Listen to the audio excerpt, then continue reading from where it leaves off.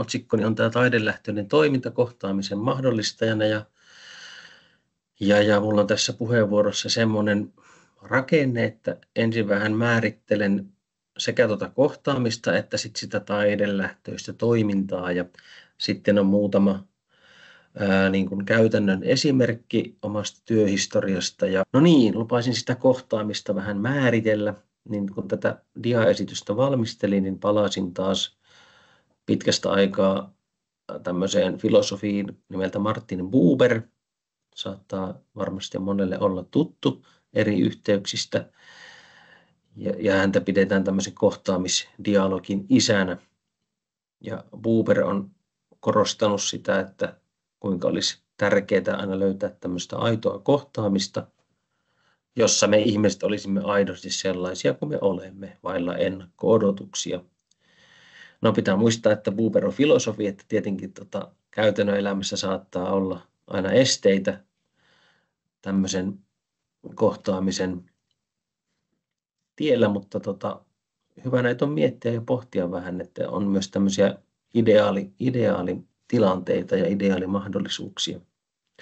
Ja tämä Buber puhuu tämmöisestä minä-sinä-yhteydestä, joka mun mielestä hyvin sopii myös muistisairaan kohtaamiseen, koska silloin niin kun ihmistä ei arvioida ulkoisen olemuksen perusteella, vaan uskotaan, että ihmisessä on sitä näkymätöntä potentiaalia.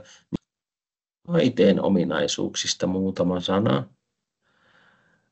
Eli taide on luonteeltaan kokonaisvaltaista ja moniaistista. Niin se aktivoi ja osallistaa meitä monella tavalla, mieltä ja tunteita ja kehollisesti ja sosiaalisesti. Ja miksi sitten taidetta käyttää, niin siinä on tietenkin se, että siinä on tavallaan se mahdollisuus, että voidaan antaa konkreettinen muoto jollekin asialle, jolloin sitä on mahdollisempi käsitellä ja helpompi keskustella. Ja myöskin sit taiteen keinot täydentävät kieltä. Ja visuaalinen ja kehollinen ilmaisu tulee avuksi, kun sanat eivät riitä. Eli tämä pätee tosi hyvin muistisairaiden kanssa, että löytyy tapoja kommunikoida ja kohdata ihminen silloinkin, kun sanat on niin kuin vähissä. Vielä tästä taidelähtöisestä toiminnasta, miten se vielä niin kuin vähän määritellään tarkemmin, niin olennaista sille on se, että kuka tahansa on tervetullut osallistumaan, eikä tarvitse aikaisempaa kokemusta. Ja toinen olennainen tekijä on, että prosessi on yhtä arvokas kuin se lopputulos.